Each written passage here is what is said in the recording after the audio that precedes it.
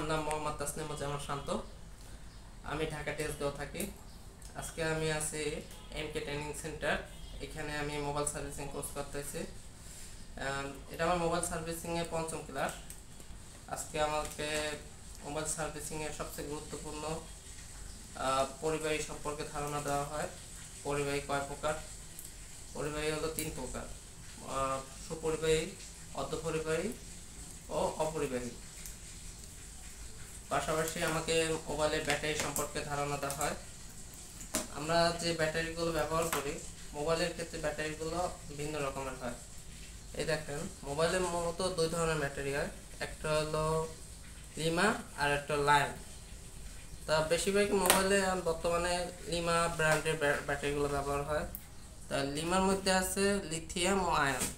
আর আমার হাতে যেটা দেখতে পাচ্ছেন, এটা হলো লিমা ব্র্যান্ডের লিমা ক্যাটাগরির লিথিয়াম আয়ন ব্যাটারি। তা আজকে এই ক্লাসে এই ব্যাটারিগুলো কত ওয়াটের তা চিহ্নিতকরণ ও কুইক চার্জারের মাধ্যমে কিভাবে এটা চার্জ করে কিভাবে ব্যবহার উপযোগী করা যায় সেই নিয়ে আজকে ক্লাস। তা আজকে আমি দেখাই এই ব্যাটারিগুলো ঠিক আছে কিনা।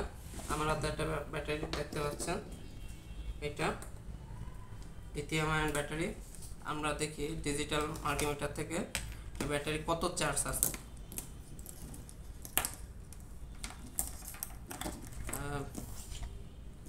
ডিজিটাল মাল্টিমিটারে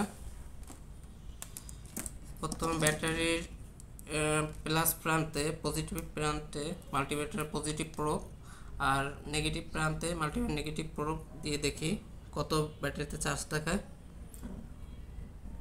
দেখতে পাচ্ছেন মাল্টিমিটার 3.62 ব্যাটারি চার্জ দেখায়। ব্যাটারির মূলত নমিনাল যে ভোল্টেজটা 3.7 আর ম্যাক্স চার্জিং ভোল্টেজ 4.7, মানে এটা সর্বনিম্ন ভোল্টেজ থাকবে 3.7, তার থেকে 4.7 পর্যন্ত থাকা উত্তম হবে। এর মধ্যে 4.2-র মধ্যে ভোল্টেজ ব্যাটারি ভোল্টেজ থাকাটা একটু বেটার হবে। তারপর আমরা আরেকটা ব্যাটারি দেখি, এইটার ভোল্টেজ ম্যাপে এখানে পজিটিভ প্রোবটা দিলাম আর একটা নেগেটিভ প্রোব। দেখতে পাচ্ছেন মাল্টিমিটার কোনো মান শো করতেছে না, তো বুঝতে হবে ব্যাটারিতে সেরকম কোনো চার্জ নাই। এখানেও দেখি, আমরা এর পজিটিভ প্রান্তে ধরলাম পজিটিভ প্রোব আর নেগেটিভ প্রোব, এটাও ওই সেম অবস্থা, দুইটা ব্যাটারির মতো। এখন আমরা কুইক চার্জার ব্যবহার করা দেখি। তা কুইক চার্জারের ক্ষেত্রে ইন্ডিকেটর যেহেতু জ্বলতেছে, তাহলে আমরা এই যে ব্যাটারিটা প্রথমে দ্বিতীয়বার যে ব্যাটারিটা নিলাম, এটা যেটা কোনো চার্জ দেখাচ্ছে না, এই ব্যাটারির যে নেগেটিভ প্রান্তে কুইক চার্জার নেগেটিভ প্রোবটা রাখলাম আর পজিটিভ ইন্ডিকেটরে পজিটিভ প্রোবটা দেখি। ইন্ডিকেটর তো মুভমেন্ট করতেছে, মানে আওয়াজ হচ্ছে, তার মানে ব্যাটারি চার্জ হচ্ছে। আমরা কিছুক্ষণ অপেক্ষা করি, ব্যাটারিটা কিছুক্ষণ চার্জ হওয়ার পর দেখতে পারবো ব্যাটারি কত চার্জ দেখায়।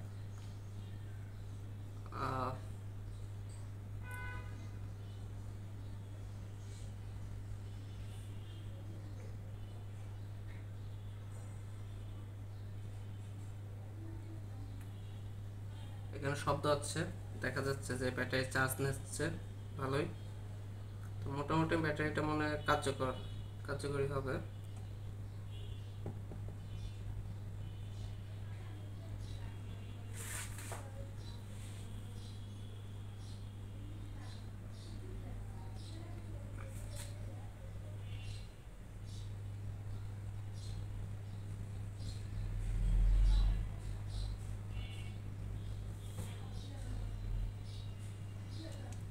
ঠিক আছে, দেখি অল্প কিছুক্ষণ দেখলাম চার্জ কুইক চার্জার থেকে কত চার্জ নিল।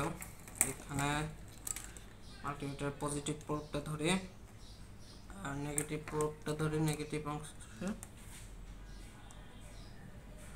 এখন দেখতেছেন বন্ধুরা 1.4, প্রথমে কিন্তু কোনো চার্জ ছিল না, এখন 1.4 ভোল্ট দেখায়।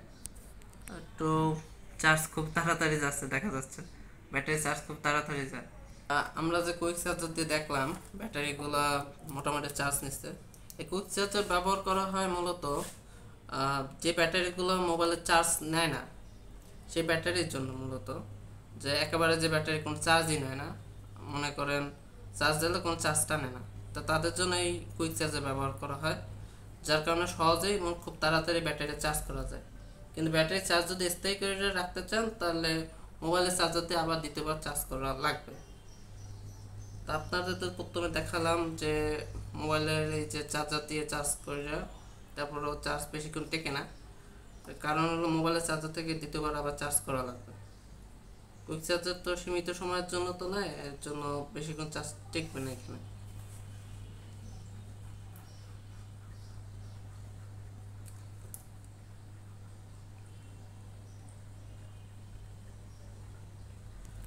দর্শকরা দেখতেছেন চার্জ নিচ্ছে, তো সময় লাগবে,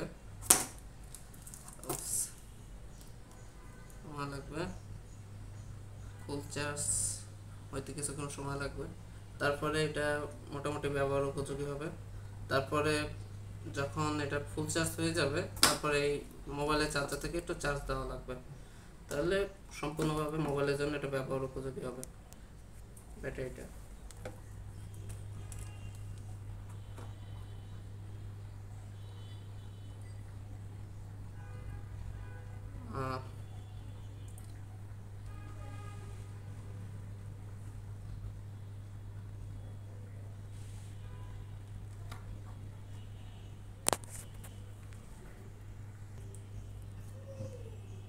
ঠিক আছে, আমরা কিছুক্ষণ রেখে দেখলাম, এখন আমরা চেক করি।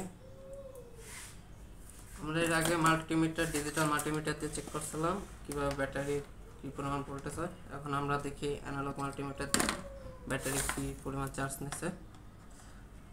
অ্যানালগ মাল্টিমিটার ওই সেম প্রসেসে প্রথমে পজিটিভ পোর্টটা পজিটিভের সাথে, নেগেটিভ পোর্টটা নেগেটিভের সাথে আমরা লাগিয়ে দেখি। তা দেখা যাচ্ছে 1.7 মতো ভোল্টেজ দেখাচ্ছে এখানে, মোটামুটি স্টেবল দেখাচ্ছে মান। এর জন্য বেশিরভাগ ক্ষেত্রে আমরা অ্যানালগ মাল্টিমিটারটি ব্যবহার করি, এটা খুবই কার্যকরী, মানগুলো খুবই স্টেবল দেখায়। দেখতেছেন আপনারা স্টেবল মান দেখাচ্ছে এই অ্যানালগ মাল্টিমিটারে। তা আমরা 2.5 মধ্যে দেখি কত মান দেখায়। 2.5 ওই সেমই আপনারা দেখতে পাচ্ছেন, 1.7 মতোই মান দেখাচ্ছে এখানে 2.5।